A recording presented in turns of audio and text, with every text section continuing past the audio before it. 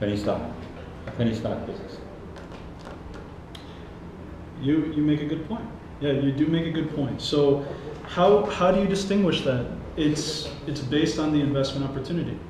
The ones that look like the penny stocks that are very high risk, chances are they won't get funded. I mean, in my opinion, you're not going to have peddlers going around. Like I said, no one's going to be calling you. It's all going to be social media related. It's all going to be internet related. It all depends on the quality of the submission. So if it was a free reign without any controls, I would say that would be terrible for America.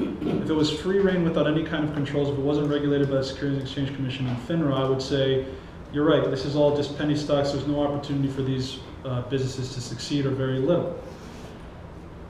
If you're talking about established businesses with a track record and they're trying to expand, I would say that the risk of them failing, although every business has a risk, is less than a startup. So if you're looking at startups, for instance, they're the higher risk investments, and I agree with you there. When you invest in a startup, you should be allocating a percentage of your investments in a way that says, I'm not surviving on this money, so I'm willing to part with it if for whatever reason it doesn't work out.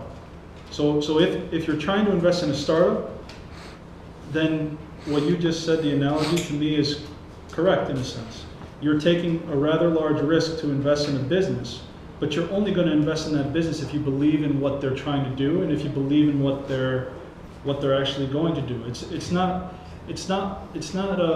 a situation where it's impersonal and you just look through a catalog and you randomly click.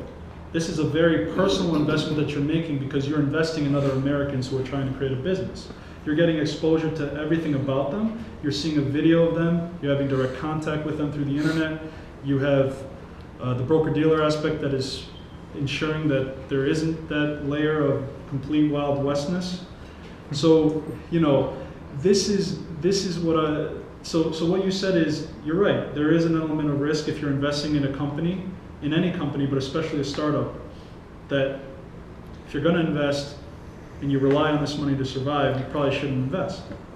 But if you believe in what they're doing, if they provide you with a good opportunity, if you know the person and you feel comfortable with his prior experience in other industries, then maybe you might say, you know what, if this doesn't work out, at least I tried to help this person because I believed in what he was doing. But I was willing to lose the money that I invested anyways if the case comes that he didn't succeed. I don't know if that helps answer your question, but in other words, I wouldn't recommend anyone to invest in any company if they need the money to survive. Well, the fact that the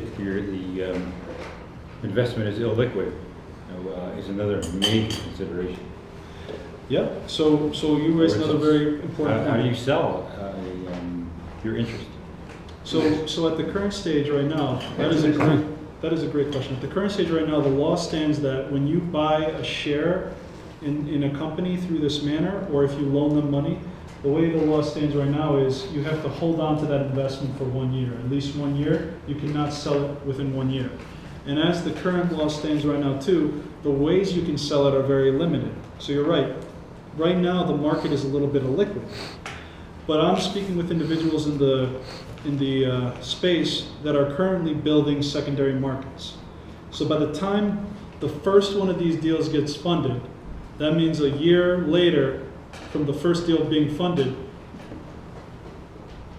everyone's hoping that there is going to be a secondary market built by that. If there's not, then that person either has to follow the rules prescribed by the SEC, which says you can only sell it in this manner, including selling it back to the company or selling it to a family member. But as far as liquid, like the public stock market, where when you buy a share, you can sell it the next minute if you wanted to.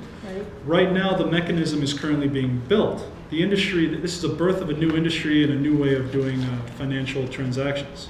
And so the individuals the purpose of a business is to solve a problem. The business that solves that huge problem is going to be a very, they're going to be a very lucrative business if someone can create that secondary exchange. Ready? Well, we're going to have to leave it there. We have to shut down. But so thank you very much, everybody, and have a good night.